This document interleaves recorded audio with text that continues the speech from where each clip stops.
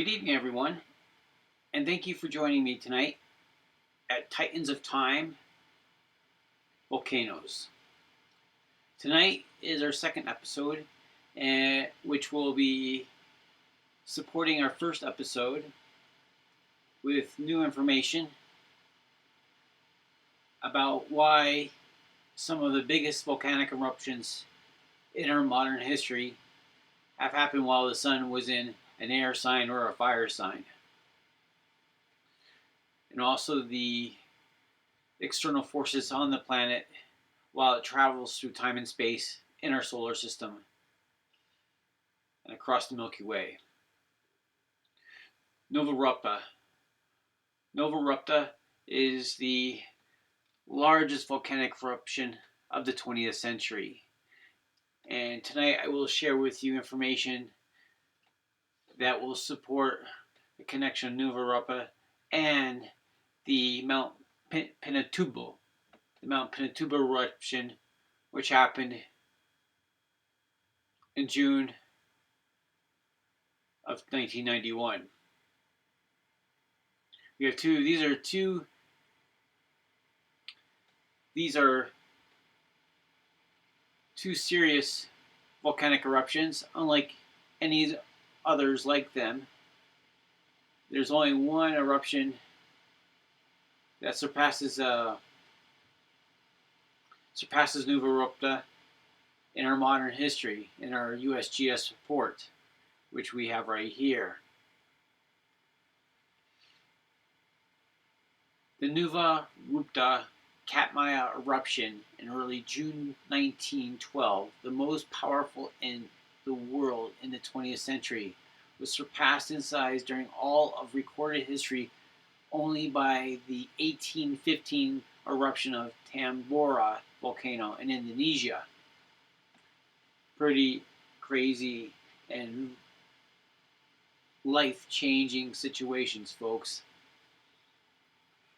Now, what we'll go back to here is the Pinatubo eruption. What we will do here is we will look at the escalating events in the time periods of those escalating events and show you something that's very similar to both volcanoes and why we should constantly look for volcanic eruptions during this time of the year, which we refer to as Gemini.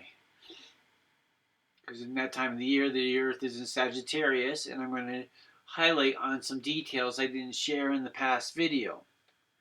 Because it was fun, and we were tripping around, looking at the solar system, and we have to look at the actual partnerships of the planets and what they're doing to each other as they travel around the sun, inflicting the Earth with all kinds of gravitational forces.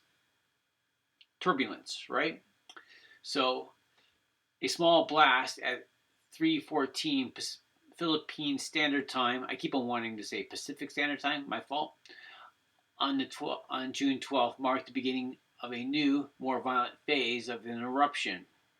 Now, it's June 12th. Now we're going to go back to Novarupta now. Novarupta. Say it. We should make some kind of rap song out of it. I mean, it was the biggest volcano, biggest bang bang of the century, right?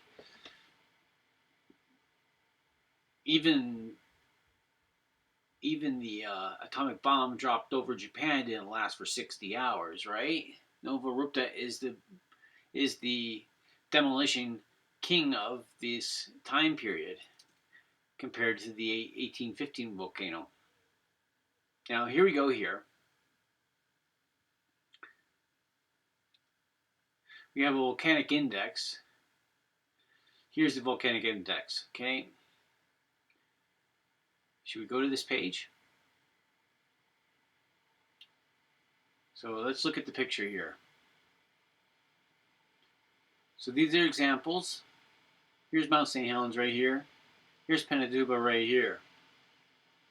See Pinatubo? It's so much bigger than St. Helens. And then here's the Yellowstone crater. They don't. The other one, which would be we referred to as the Manitoba uh, Nova Novarupta, the Novarupta volcano would be even larger than this, I would say.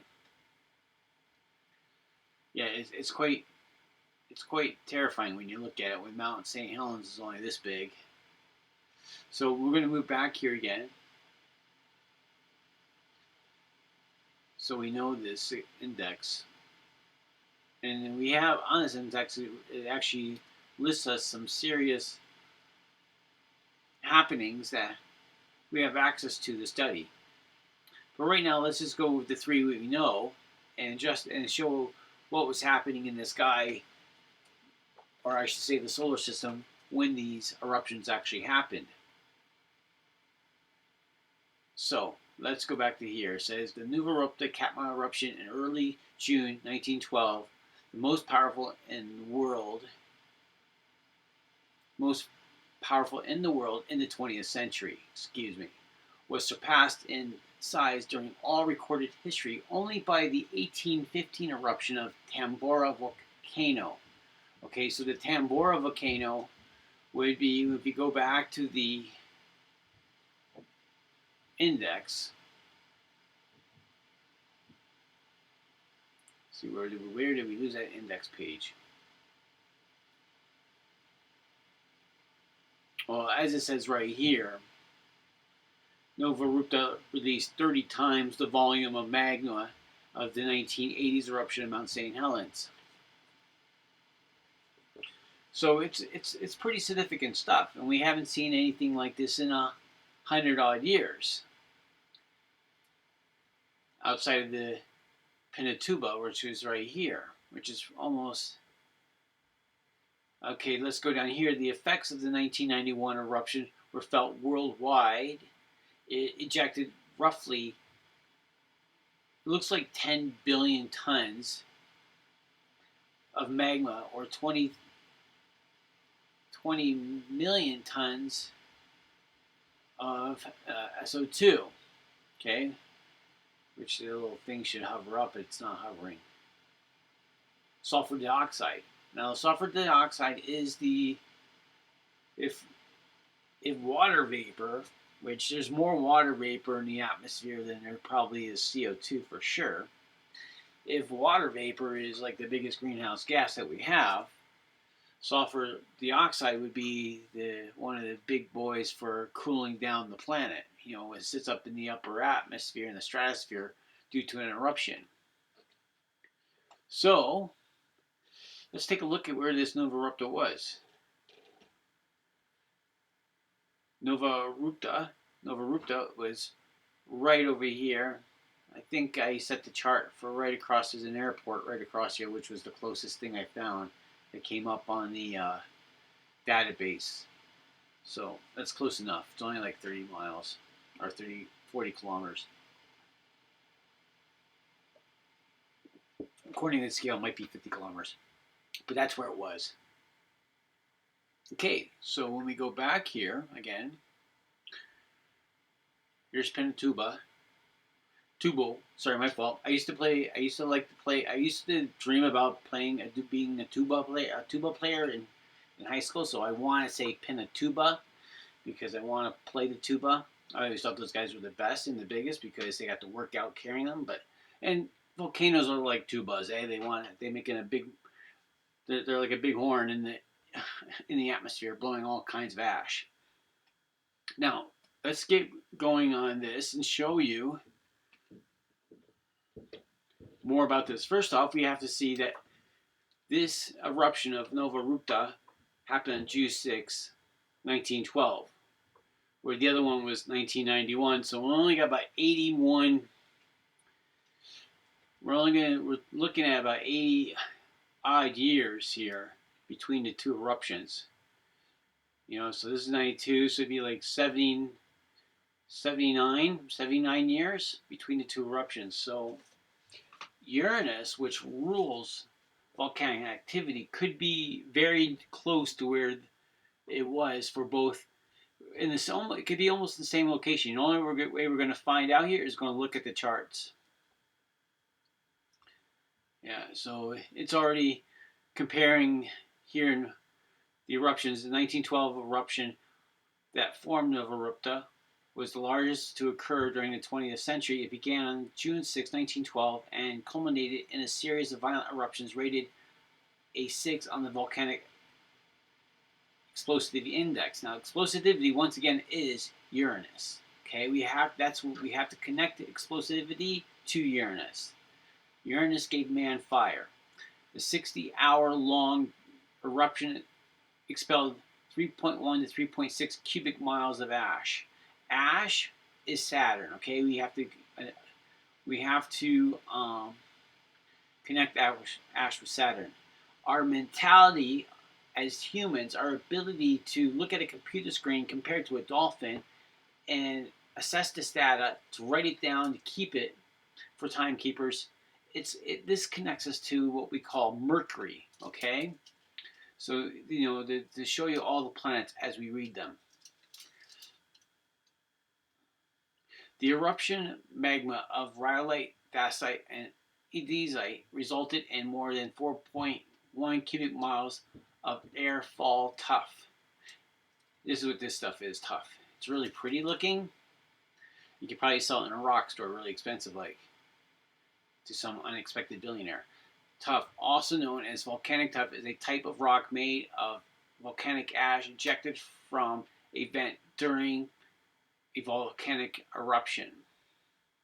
So when you look at ejected, volcanic ash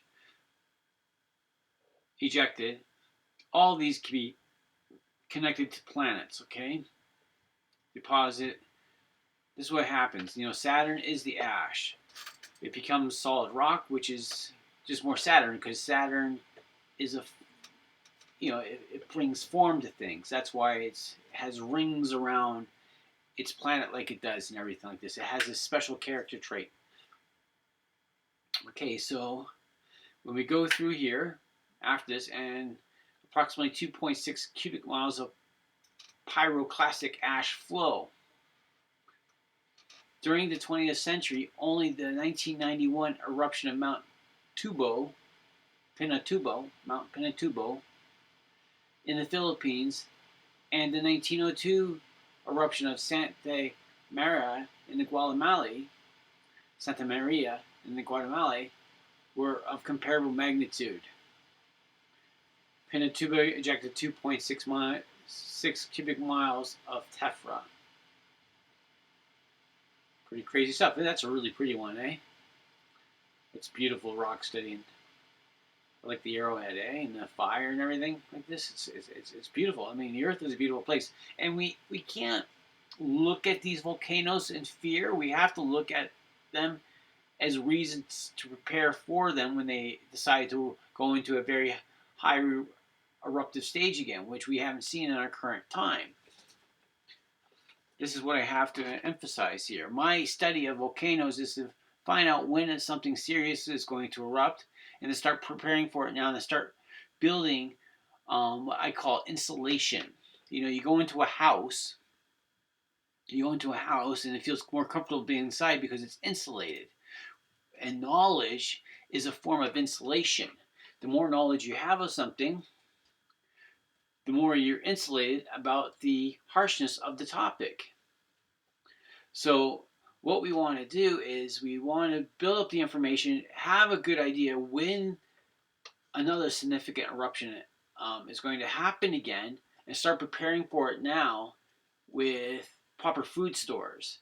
Because one thing I have read on these papers that this Novarupta did cause food shortages for the local peoples there. And now what we want to do here is I want to show you the connection between the two time periods, which were about 79 years apart from each other. Okay, here we have, I'm going to go into the full screen view. Here's Novarupta. I'm the person that could say a volcano's name four different ways. Okay, here's a Novarupta. Every time I say Novarupta, I kind of think of the YouTube song. I want to start singing Europa, and I actually wanted to do that in my other episode because I saw the moon Europa when we were passing by Saturn. Okay, now check this out here. In the first episode, we looked at the Sun being Gemini and Mercury being in Gemini. Okay, Mercury's natural home is in Gemini, so it's going to operate in its best interest while it's at home in Gemini. It's also in home in Virgo, but it has a different character trait. So when we look at Gemini and the Sun, they are close together. They're not too far apart. We have Venus there together, and then we also have a Saturn in Taurus, which is an Earth sign. Okay. Now, what we also have to look at is this time in this larger eruption, we have Jupiter at home in Sagittarius. Now, we have to remember this in mythology and in modern study of astrology is Mercury is at home in Gemini, and it's one of its partner planets is Jupiter, which is a retrograde motion for this eruption. And Jupiter is, Mercury is opposed Jupiter. So we have an opposition of fire and air, okay? Like we had in the other volcanic eruption. Now let's look at Uranus. Uranus is at 3 degrees Aquarius. So what we're going to do here is we're going to go back forward. Actually, we're going to forward in time here. Let's see if I can go push the next arrow over. Here's St. Helens. Okay, now here's the volcanic eruption in the Philippines just 79 years later. I think it's something like 79 years later. Might be a little more. So let's look at Uranus is in Aquarius, or Uranus is in Capricorn. So see 91, the other one was, the other eruption, let's do the math here, 1912. So yeah, it's something like 79 years. So we look at that.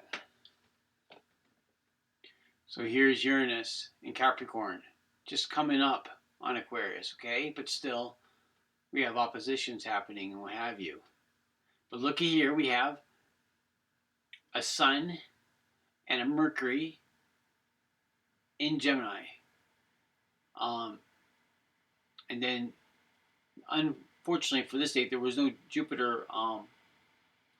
There was no Jupiter in Sagittarius. But let's look at this really quick here. Let's show you why Saturn is very important with the ash stuff, and Jupiter is very important with the massive eruption of this. Because Saturn is still in Aquarius, which brings Uranus into play, and Uranus at 12 degrees is making contact with the Mercury. You know, it's the same angle, 12 degrees, just light angles. It's making contact with the moon. It's making contact with the sun. There's a light angle here, right? It's not a perfect opposition, but then we have Jupiter not too far off with another light. Jupiter's got a light aspect between Neptune and Uranus in this chart as well. See, it's a lot of information to take on, and that's why I have to do episodes continuing our discussion, especially when we look at the Jupiter and Saturn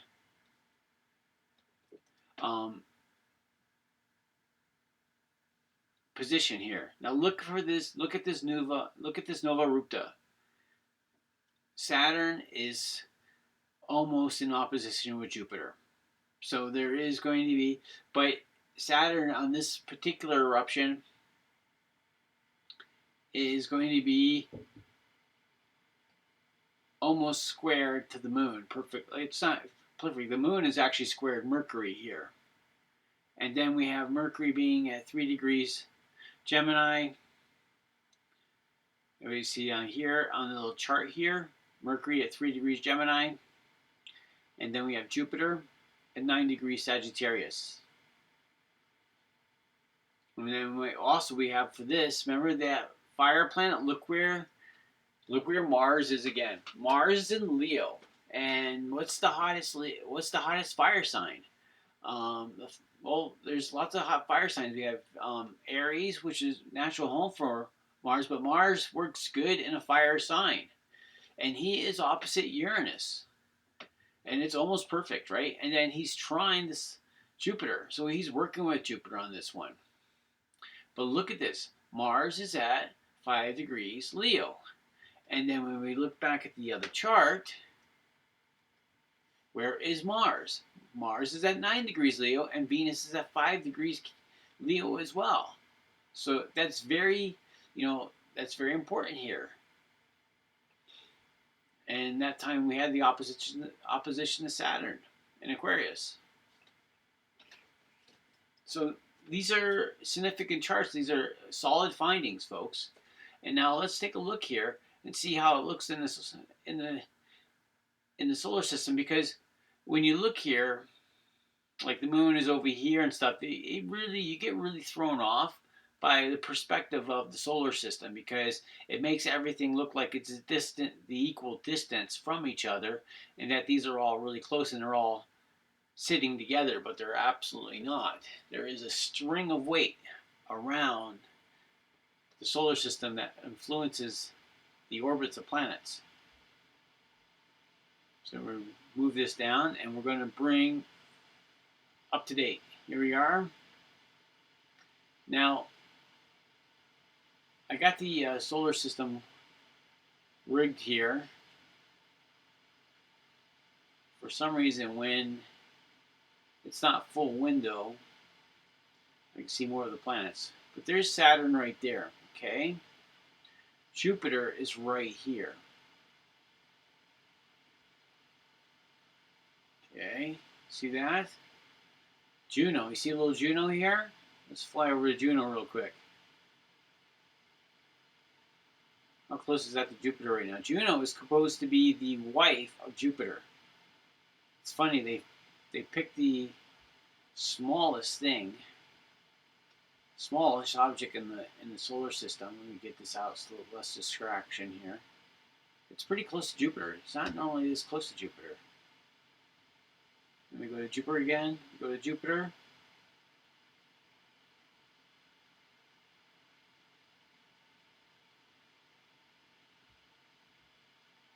And just so you folks know, I'm not one of these astrologers that will pin an eruption to Juno. I'm not going to say that at all. There are planets that definitely are at play when a serious eruption happens. But one thing I just want to show you, as Jupiter is right across from Saturn again, and they're talking to each other. They're opposite to each other right now. They got two different personalities, Saturn and Jupiter. Coming in, there's Saturn right there. We're zooming around here. There's the solar system. There's Jupiter way over there.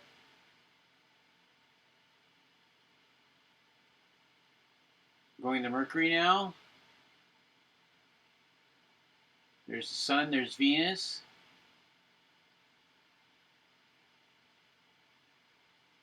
So there's Jupiter still. There's some significant alignments happening for this date.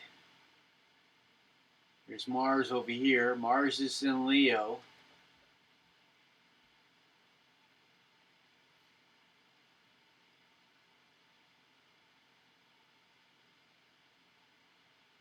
Here we go. There's Mars. And there's Jupiter over there, okay?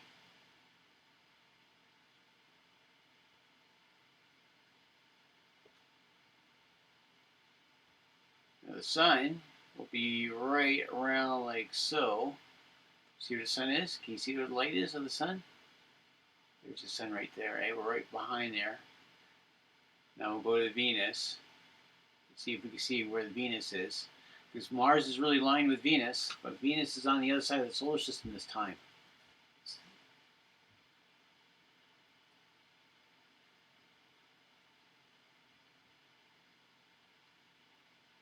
we are. I'm looking for Mars again. We just sit there. There's Vista. We were just there. There's Mars. Okay, so we flew over to Mars. Venus is right here. There's Jupiter. And there's the Earth, right? So it's definitely a tug of war again of planets.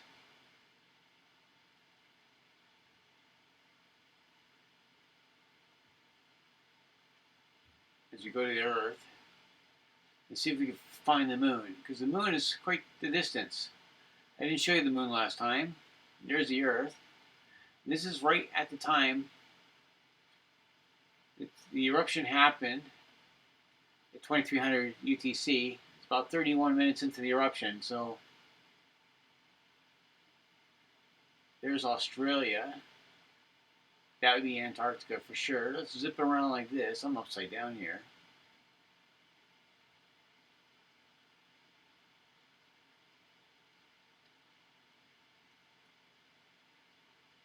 I'm trying to zoom in the Earth up. I got such a strong finger. I got the whole world right.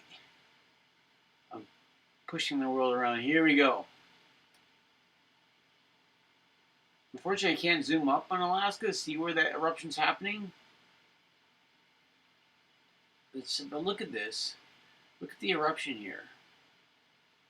The eruption is right here, okay? This is where the eruption's happening. See Uranus over there? See the weight with Uranus? Look at this. Uranus is right there, sitting. It's like right there. 4 times larger than the Earth, folks. Uranus. And then when we look over here, we turn back around again to where we came from before. We just shot away from the Earth to show you the alignment of where that volcanic eruption is happening in comparison. And we go back over here again. Let's see if we'll find the. Well, it's Mars. I accidentally went to Mars. There's lots of stars in the way. You know, you think you're going to the Earth, but you're not. You know, you're gonna have to. They're gonna have to probably dock my paycheck for how much gas I used flying around the solar system on this one. There's Venus.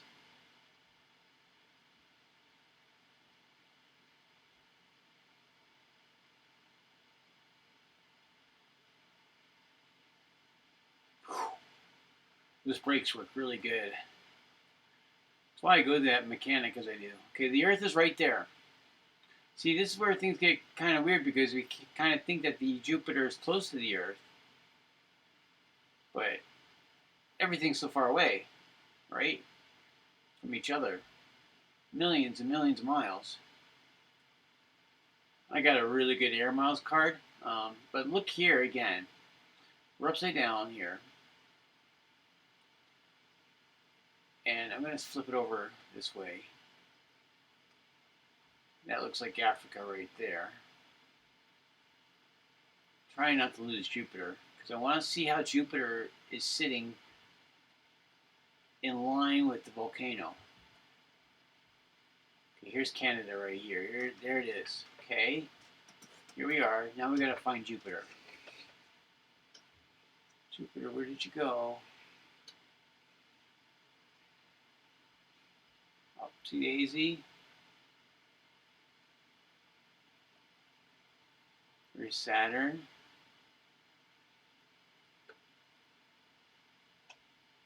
There's the Sun. Backwards. The eruption is still happening, by the way. It's 23:35 UTC. So I'm not really messing around the day there. They're all going to sleep well. They're just going to have to figure out their. This was the story of the century. There's Jupiter, okay? There's Jupiter. Now we know where it's at. And look at that, folks. Jupiter is, when you look at it perpendicularly, Jupiter's coming right through like so. That is the gravitational pull on Jupiter. That's where the eruption's happening right here. Look where Jupiter is. And then when we spin the Earth around like so, Uranus was over here somewhere. There's Uranus right there. See? We can spin it around again so I can get this. But Uranus is right there. See how they line up there? Very interesting stuff, eh, folks? There's Jupiter. There's Uranus.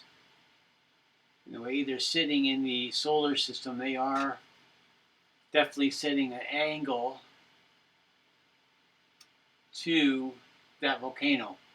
I mean, if you were in a court of law, you'd be able to draw the angle and see it, right? One gravitational exertion of one planet onto another planet onto another planet.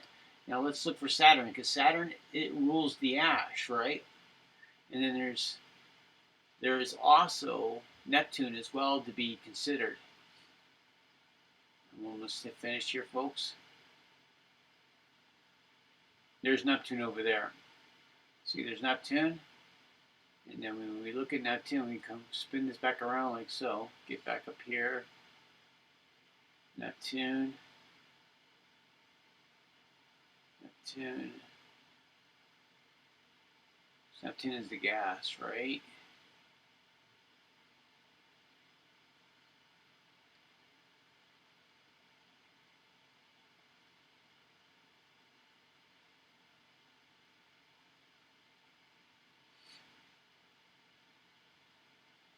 Very interesting, folks. Very,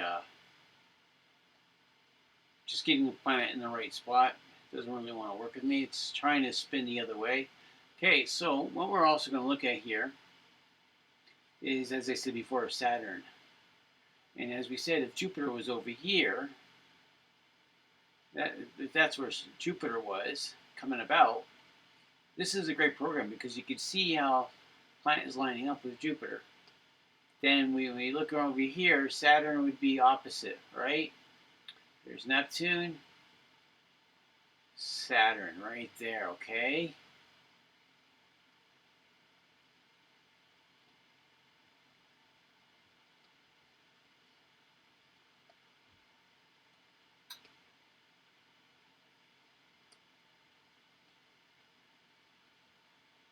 It's very, very,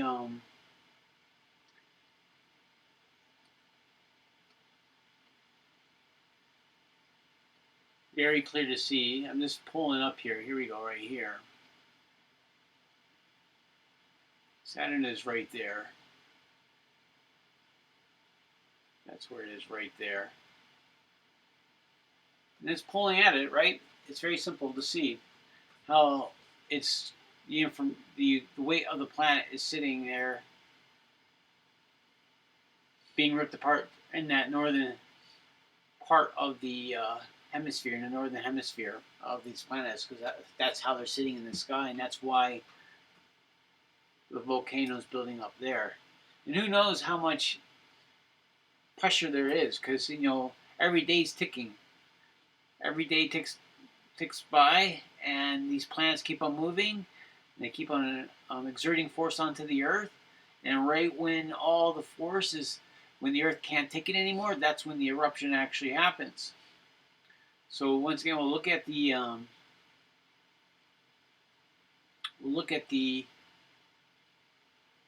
bird's eye view of the whole picture here, of the big picture, I should say. There's the sun. Here's the Earth. We have Mars pulling at the Earth from right here. There's the angle with Mars, but then there's almost a straight line between these planets. I think the moon is so small in this. I'm having a difficult time seeing where the exact actual moon is. I'm going to have to cheat on the moon here because the moon is right inside here, but they don't have it. So I'm going to go to our little map that I have here,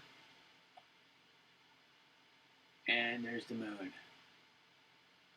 We're going to go to the moon now and see how the moon lines up with all of this. Okay, here's the moon. So Saturn, which is a partner with the moon rules our mortality, the way our mind works. You know, if you say a lot while you're speaking in public, that has a lot to do with the moon. And how we speak and how our mind assimilates data and how we're able to relay that data has a lot to do if the moon is growing closer to a full moon cycle when you're born. So if you're born and the moon is before the full moon cycle, your ability to answer questions is faster. Your ability to connect your words is quicker. It doesn't mean you're slower when the moon is in a waning stage. It's just your ability to access all the glossary of terms and what have you is not as quick triggered. You want to contemplate a little bit more before you speak. And there's Jupiter's again. And where's the Earth? Let me look for the Earth now. The Earth is close by. And I didn't show you this before. I'm so sorry. There's the Earth right there. See, there's the Earth. The Earth is pretty close, eh? You see all the hell's breaking loose there because, you know, the volcano eruption. You see it? Okay, just kidding. And there's Mars, there's Neptune. Yeah, so folks, it's been a pretty big night tonight, and it shows you the importance of the communication of planets and their partners, as we have Moon and Saturn right here, and then Mercury.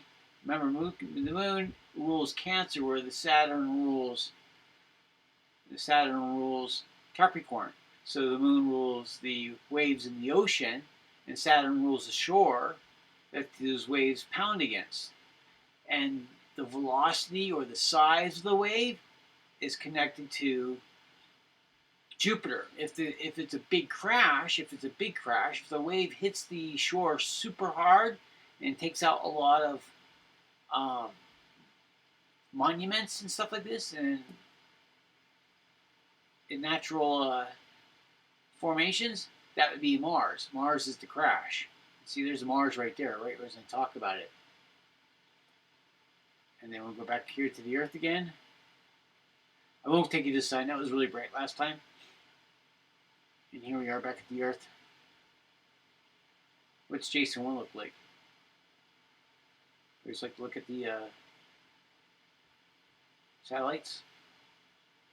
So many up there. I guess they're like satellites are they're communication devices, and they plus shelter us from meteorites. I'm just kidding. You gotta wonder what the cost is to replace one of these things if a meteorite hits them. But look, I'll let you go. And I want to say thanks again for joining me. And hopefully this has been an enlightening episode for you here. And I'll talk to you soon. Enjoy. And remember, all we can do is prepare for the day after tomorrow.